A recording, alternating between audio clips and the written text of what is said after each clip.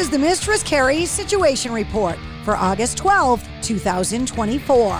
These are the biggest stories in rock, in music, and entertainment today. Last night, on the closing ceremonies of the Paris 2024 Olympic Games, Her not only performed the American national anthem, but also performed the Mission Impossible theme as Tom Cruise jumped from the rafters of the stadium in Paris. Tom Cruise skydived into Hollywood, where the Red Hot Chili Peppers performed Can't Stop on the Beach. The performance was part of the traditional handover from the current host city to the host of the next Summer Olympics, which will take place in Los Angeles in 2028.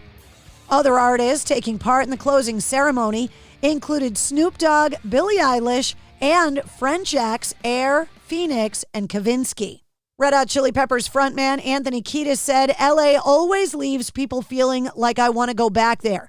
You might just stay here. You might not take anything home because this might be your new home." The Red Hot Chili Peppers, at our essence, we like to get in a room and make noise and bring everything that we experience in life into what we do. And LA is definitely one of those dimensions. There's still a reason why everyone is fascinated with everything LA. David Gilmour has released a new track called Dark and Velvet Nights, taken from his upcoming album Luck and Strange, set for release on September 6th. It'll be his first new material in 9 years. Gilmour said the song was written by him and his wife Polly Sampson, saying, quote, "The music sprang out one day. It was so exciting to have come across this groove. Polly gave me a beautiful poem for our wedding anniversary, which was sitting on the desk right next to me. So I picked it up and sang it on the track to hear what it would sound like with words.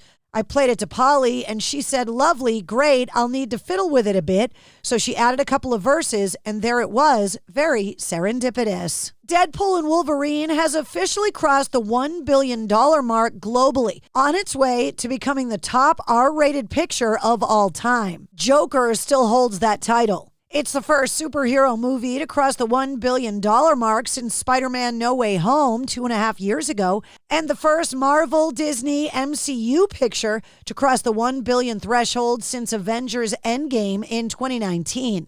Journey guitarist Neil Schon has offered up an in-depth public response to the most recent lawsuit filed against him by his bandmate Jonathan Cain.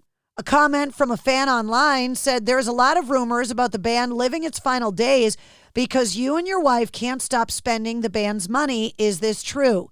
Neil Schon responded on X, "Absolute rubbish. I don't know why people believe the media. If anything, what she's done is make us a lot of money by attaining the trademark that her and I did by ourselves, and it cost quite a bit of money to attain it.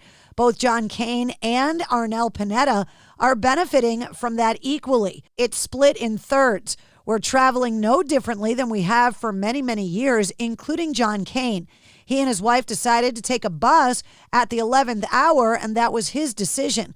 The rest of the band, Arnel, his children, my wife, Dean Castronovo, Todd Jensen, Jason, along with the crew and security, travel by one jet that was all approved in our budget." He continued to say, "This is the second time Jonathan Cain has sued me for the same thing. We've already been through this in court.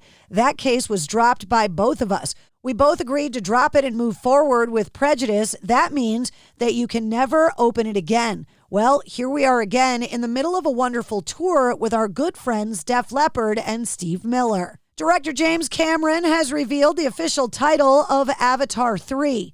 He made a surprise appearance alongside the film's lead, Zoe Saldana and Sam Worthington, at D23, the biennial convention for members of the official Disney fan club in California on Friday, August 9th.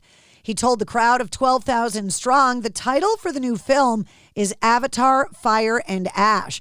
The third film is set for release December 19th, 2025, following 2009's Avatar and the sequel Avatar: The Way of Water that was released in 2022. The new film is not what you'd expect, but definitely what you want, he said.